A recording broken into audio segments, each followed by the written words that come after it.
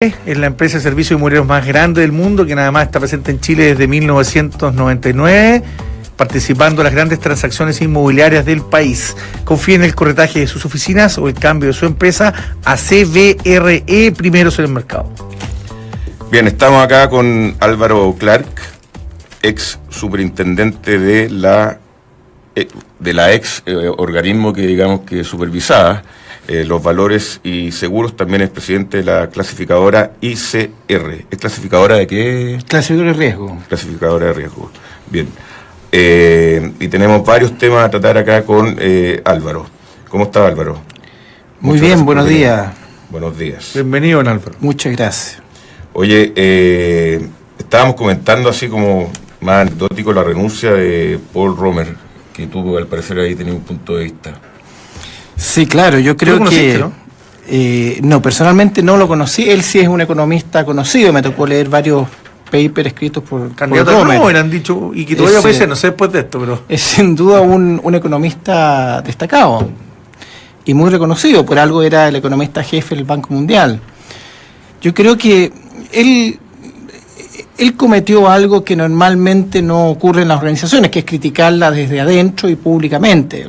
Normalmente lo que ocurre en esas situaciones es que las críticas se canalizan de manera interna, de forma privada, si es que hay algo que corregir. Así funcionan todas las empresas, todas las sociedades o distintas organizaciones. Es como un principio de lealtad mínima, ¿no? La ropa sucia se lava en casa. Ahora, pero más allá de lo que haya ocurrido en el Banco Mundial, a mí lo que más me llamó la atención fue la enorme discusión y debate que hubo en Chile. Fue casi ridículo, o sea, poco menos que por culpa de el informe Doing Business del Banco Mundial había caído la inversión en Chile, y eso para algunos explicaba la derrota electoral de la nueva mayoría. Fue una discusión sin sentido.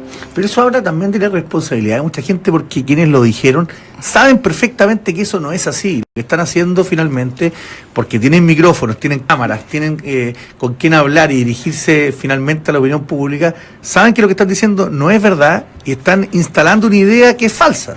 Y eso yo creo que es más criticable aún. Lógico, es mucho más criticable, la instalaron, pero bueno, pasó el tiempo y toda esta gente que quedó atrapada en la propia situación que ellos crearon, que cometieron un gran error. Perdón, como que hubiese gente ahogándose en el mar y como que apareció una tabla. Y se trataron de afirmar esa tabla, claro, para no ahogarse. Pero la tabla no era tabla, y se rompió. Claro. Era cartón, no era tabla. Exacto. Era una tablita esa de cajón de tomate. Exacto. Pero fue una situación bien rara, que ya se terminó ya a partir de hoy día con la renuncia o patada que le pegaron a Paul Romer. Ahora, ¿tú qué crees en la interna, si tú que conoces los organismos de este tipo? ¿Qué le pasó a este señor? Es raro, sí. Es difícil explicar lo que intentó hacer Paul Romer. Hizo una denuncia pública, criticó a su propio organismo. Siempre tenía la posibilidad de hacerlo mediante una discusión interna, llevar a cabo un proceso al interior de la organización, que está todo formalizado. ¿Sí? Para todo esto hay protocolos. Pero yo me quedo con la sensación de que esto lo agrandamos mucho en Chile. Cuando sí, los partidarios de gobierno intentaron explicar la derrota electoral, los resultados del gobierno, la caída en la inversión, en base a esta anécdota del señor Paul Romer, yo creo que esto se amplificó en Chile, pero no creo que haya sido una noticia de mayor importancia. Yo creo que alguna cantidad importante de chilenos probablemente ya varios ya se olvidaron lo que es, pero por primera vez escucharon hablar del Doing Business. ¿Ah?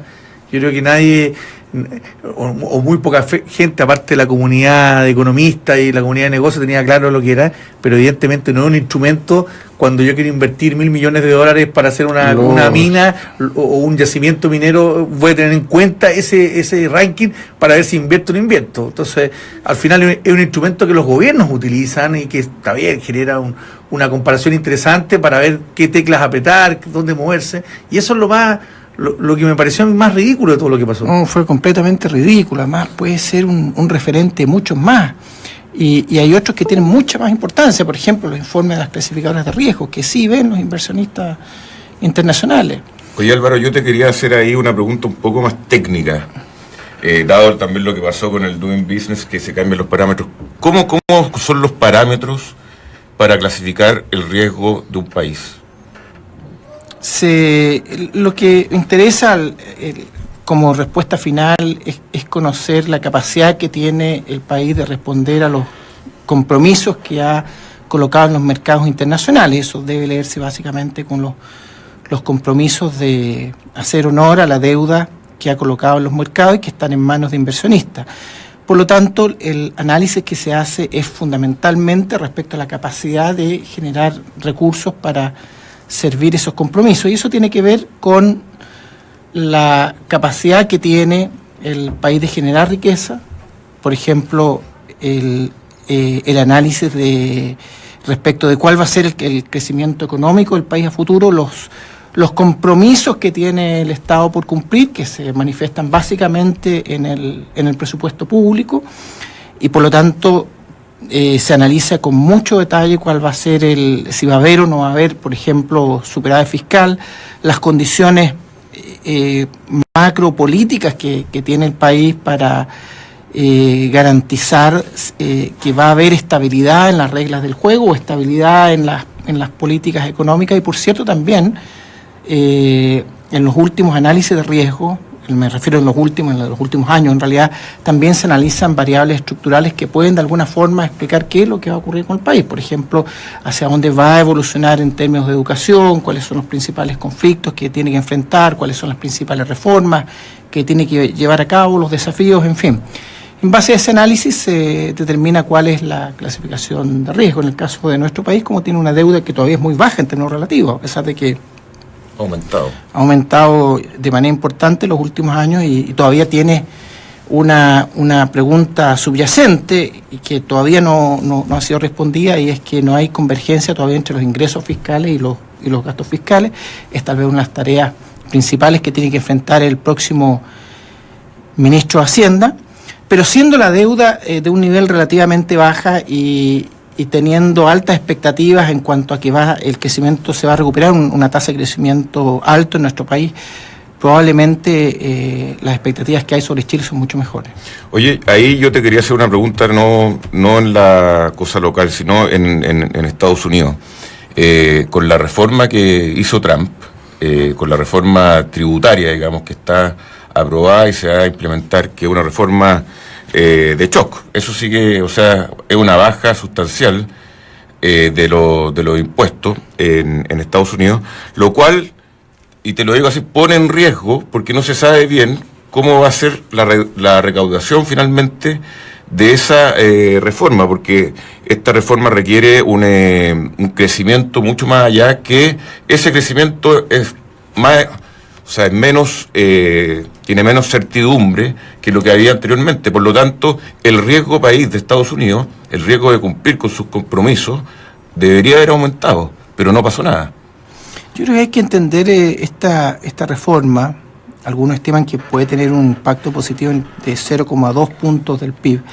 Hay que entenderla dentro del marco económico en el cual se están desenvolviendo las economías mundiales, donde se aprecia un crecimiento coordinado de las distintas economías. Estados Unidos, de hecho, va a crecer un 2,2%, que para Estados Unidos es un buen desempeño. Europa va a estar en torno al 1,9%. El mundo está creciendo. Las últimas estimaciones sitúan el crecimiento mundial en torno al 3,7%,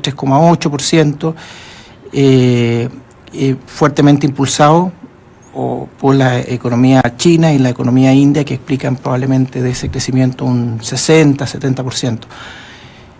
Por lo tanto, no hay razón para pensar de que después de un análisis del conjunto de variables que determinan el riesgo de un país, no hay razón para inferir o pensar de que debiera caer el riesgo de Estados Unidos. Al contrario, estamos en un contexto mundial que es favorable a todos los países. Pero ponte tú, si es que Chile, bajo ese mismo contexto, bajara la tasa de 25 que está ahora a 20, ¿aumentaría su riesgo o bajaría su nota de clasificación? Lo que ocurre es que hay un debate en el ámbito tributario que ya es bastante antiguo y que tiene que ver con qué es lo que es corto y qué es lo que es largo plazo. Entonces, una teoría o una propuesta indica que una baja en los impuestos, pero todo depende de qué punto empezamos. Entonces aquí no son las cosas no es como las matemáticas esto, podría inducir a un mayor crecimiento y y por lo tanto una mayor recaudación fiscal. Y hay otra teoría, pero otra vez está basada en las circunstancias, que es muy difícil recuperar esa recaudación fiscal que se deriva de una baja en la tasa de impuestos. Todos saben que hay un punto en que eso ocurre, que efectivamente cuando los impuestos son exageradamente altos se resiente la actividad económica, se resiente la inversión, los inversionistas buscan otras plazas para colocar sus recursos y por lo tanto también el producto se resiente como tendencia a largo plazo. Entonces es una respuesta que no es clara, y yo me atrevería a decir de que en el caso tú me estás preguntando un caso hipotético, yo creo que hay que irse con cuidado. Yo creo que la alternativa tributaria en Chile está más por integrar los sistemas que por tener bajas sustanciales de la tasa impositiva. Así lo dijo el ministro acá mismo.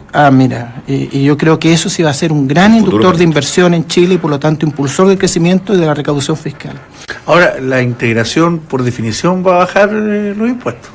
Es que no se hace nada. Volvemos a la discusión corto o largo plazo, y si esto es una integración que además cierra loopholes y está bien calculado, yo no tengo duda de que va a dar un impulso muy fuerte a la inversión, va a impulsar el crecimiento a largo plazo, y por cada punto de crecimiento se recaudan aproximadamente 700 millones de dólares. Oye, ya está claro el gabinete, particularmente el equipo económico, en general el mercado lo ha recibido bien, Wall Street lo ha recibido bien.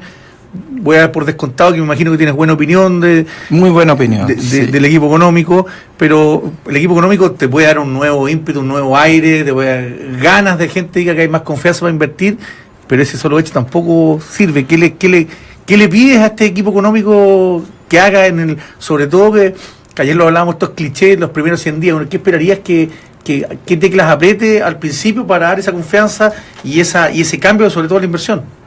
A ver, yo creo que hay temas que son de corto y de largo plazo. El impulso a la inversión, creo que ya se ha generado una suerte de envión después del resultado electoral. Hay mayor confianza en el inversionista, hay mayor confianza también en los consumidores, y por lo tanto ya hay un impacto positivo por el solo hecho de que la nueva mayoría dejó de ser gobierno y hay un cambio y hay una nueva oportunidad para recuperar una tasa alta de crecimiento económico. Ahora, hay dos temas ahí que son clave. Uno es el tema tributario.